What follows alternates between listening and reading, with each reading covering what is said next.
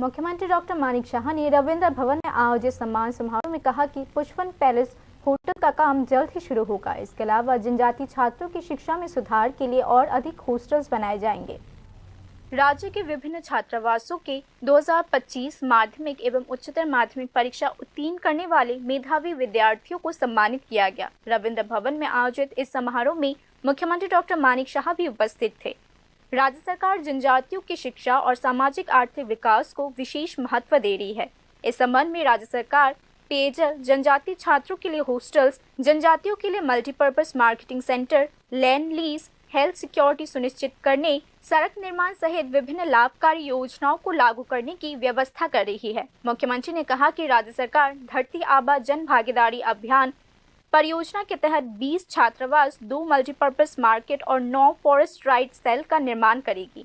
20টি নতুন ছাত্রাবাস আরো নির্মাণ হবে, 2টি মাল্টি পারপাস মার্কেট তৈরি হবে, আশ্রম সরকারি আবাসিক বিদ্যালয়ের সঙ্গে যারা যুক্ত আছেন 16টি ছাত্রাবাসের আবার সেখানে মেইনটেনেন্স করার জন্য রাখা হয়েছে এবং 9টি বনাধিকার যে সেল সেটা স্থাপন করা হবে।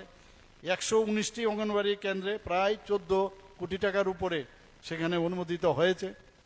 28 হেক্টর জলাশয় সেখানে যারা মৎস্য চাষ করেন তাদের জন্য সুবিধা হয় তার জন্য প্রায় 1 কোটি 12 লক্ষ টাকা অনুমোদিত হয়েছে।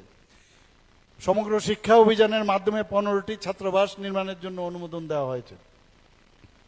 Mission for integrated development of হর্টিকালচারের অধীনে প্রায় 2 কোটি 36 লক্ষ টাকা অনুমোদন দেওয়া হয়েছে যাতে পাবলিক প্লেসে বিভিন্ন জায়গায় যাতে বিদ্যুৎ সংযোগ থাকে। আমরা অনেক সময় যখন বিভিন্ন জনজাতি এলাকা বা গ্রামে গঞ্জে যায় সেখানে অনেক সময় অন্ধকার থাকে। এখন আস্তে আস্তে করে কিন্তু সমস্ত সেই সব গ্রামে রাস্তায় স্ট্রিট লাইটের যাতে ব্যবস্থা হয়। প্রায় 7,677টি পরিবার এবং 612টি পাবলিক প্লেসে সেই বিদ্যুৎ সংযোগের ব্যবস্থা করা হয়েছে। তার জন্য প্রায় 42 কোটি টাকার উপরে অনুমোদন দেওয়া হয়েছে। যেটা আমি একটু আগে বললাম প্রায় 82% জনজাতি পরিবারকে এখন অবধি দেওয়া হয়েছে। 35টি গ্রামে 100% এই জল যে কানেক্ট। मुख्यमंत्री डॉक्टर मानिक शाह ने आज कहा कि पुष्पवन पैलेस होटल का काम जल्द ही शुरू किया जाएगा, जहां शाही युग की परंपराओं को संरक्षित किया जाएगा। বাড়বে পুষ্পবন্ত প্যালেসের আমরা নতুনভাবে 5 স্টার হোটেল করছি, টাটা গ্রুপের সাথে আমরা কথা বলছি।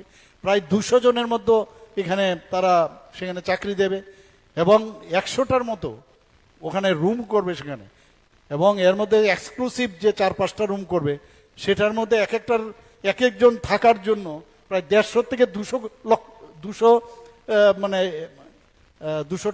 100টা রুম করবে।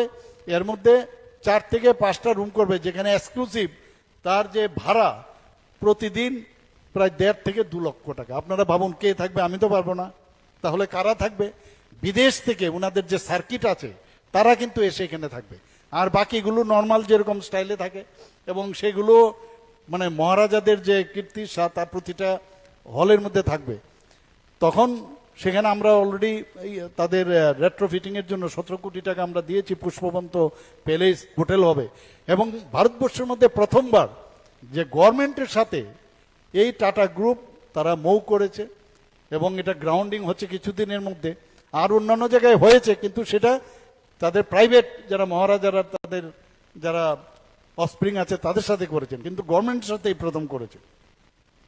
मुख्यमंत्री डॉक्टर मानिक शाह ने कहा कि जनजाति समुदाय के छात्रों के लिए गुणवत्तापूर्ण शिक्षा के अवसर सुनिश्चित करने के सरकार के प्रयासों में प्राइवेट एनजीओज भी महत्वपूर्ण भूमिका निभा रहे हैं। वर्तमान में 192 हॉस्टल्स में लगभग 16,500 स्टूडेंट्स पढ़ते हैं। मुख्यमंत्री डॉक्टर मानिक शाह ने आज आयोजित कार्यक्रम में कहा कि वित्तीय वर्ष 2024-25 में राज्य के 42 एनजीओज को टोटल 23 लाख रुपए दिए गए। Bureau report, news now.